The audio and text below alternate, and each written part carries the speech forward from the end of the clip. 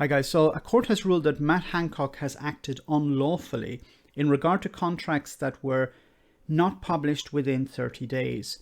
Now this may not sound very serious, but if a contract that has been produced has not been published within 30 days, this is considered unlawful.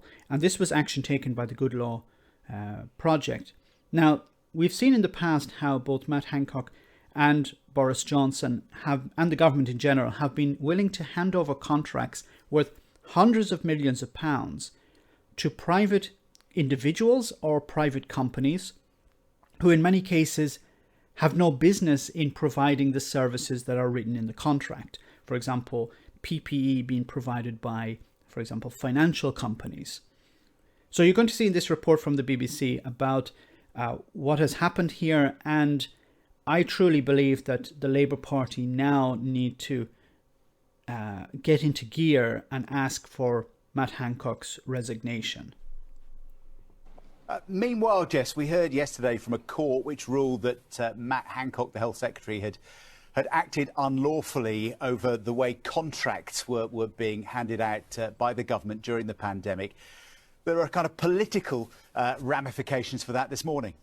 Yeah, so this is after legal action brought by the Good Law Project and a cross-party group of MPs. And as you say, a court ruled Matt Hancock had acted unlawfully when his department didn't reveal details of contracts signed during the pandemic. So the judge ruled the Health Secretary breached his legal obligation by not publishing details within 30 days in a substantial number of cases. Now, of course, during the pandemic, as people have heard, the government struck deals worth millions of pounds to provide goods and services.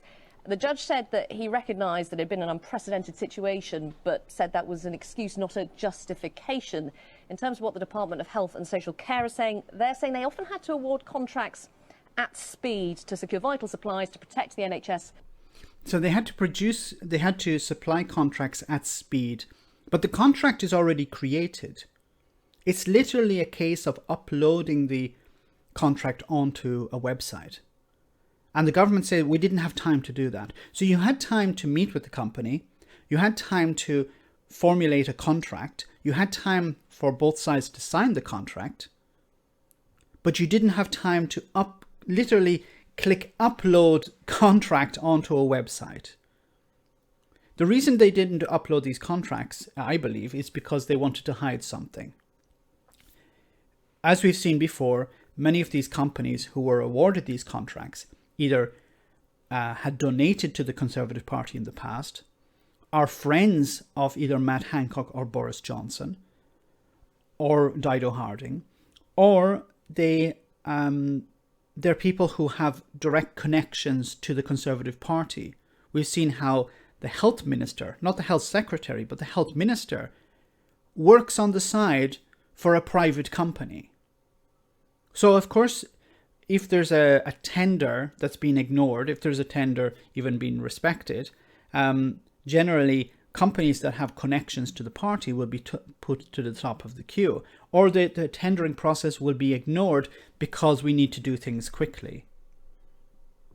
To protect the public as well. They recognise the importance of transparency and they'll continue to publish information as soon as possible. But this comes off the back of frequent accusations from the Labour Party of cronyism. They've repeated that accusation overnight, and they're saying they want all outstanding contracts published by the end of this month.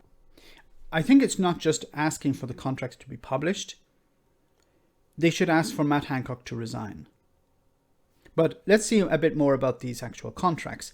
So this is from The Guardian. It says here, research by the procurement consultancy Trussell had found Hancock's Department of Health and Social Care had spent about £15 billion buying PPE from different companies by the beginning of October, but that only 2.68 billion worth of contracts had been published. So about £13 billion of contracts had not been published. Why? Maybe it's not, they don't want people to know about this. Of course, I believe the hope within the government was that people wouldn't notice this. If we don't publish it, then we don't have to defend it. Now that it's been taken to court, now they'll have to publish them and they'll have to defend them. Government regulations require all contracts with a value of more than £10,000 to be published and be sent for publication within 30 days of being awarded. Once again, the contract is written, the contract exists. It's just a matter of uploading it onto a website. What is the requirement here? It's not, once again, it's not something that has to be, there's not a huge amount of work involved. All you need is a clerk to upload a bloody document. The Good Law Project highlighted 3 PPE contracts to illustrate their case. So the first one was a £252 million contract for the supply of face masks with a finance company, Alanda Capital. So Alanda Capital was given a contract worth £250 million to supply face masks to the NHS. A finance company. You understand why Matt Hancock didn't want to publish this information.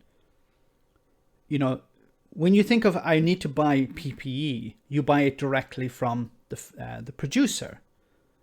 You say, I need this.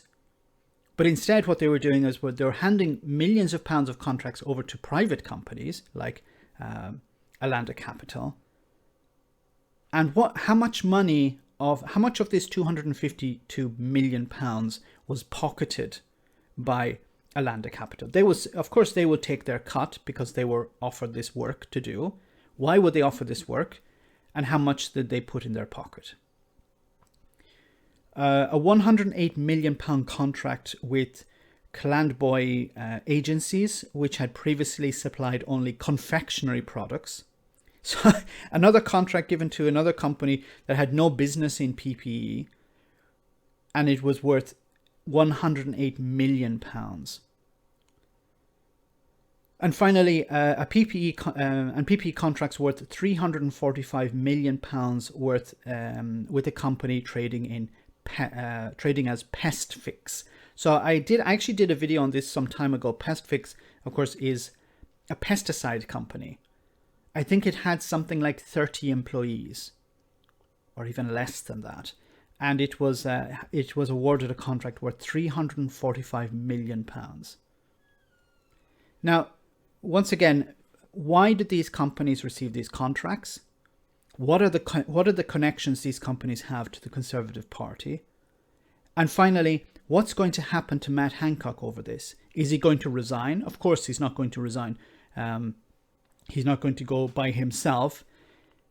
I think this is an opportunity for the Labour Party to really hammer this home and demand that Matt Hancock resign.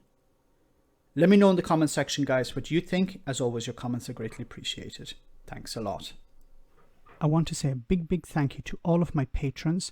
You ensure that this channel continues to exist. I'm eternally grateful for all of your support. If you join Patreon, you will receive instant access to our Discord server, where we have both audio and video chats. You can chat with me and other patrons, where we discuss important and non-important issues. Becoming a patron per month costs about the same as a large coffee, so why not check it out?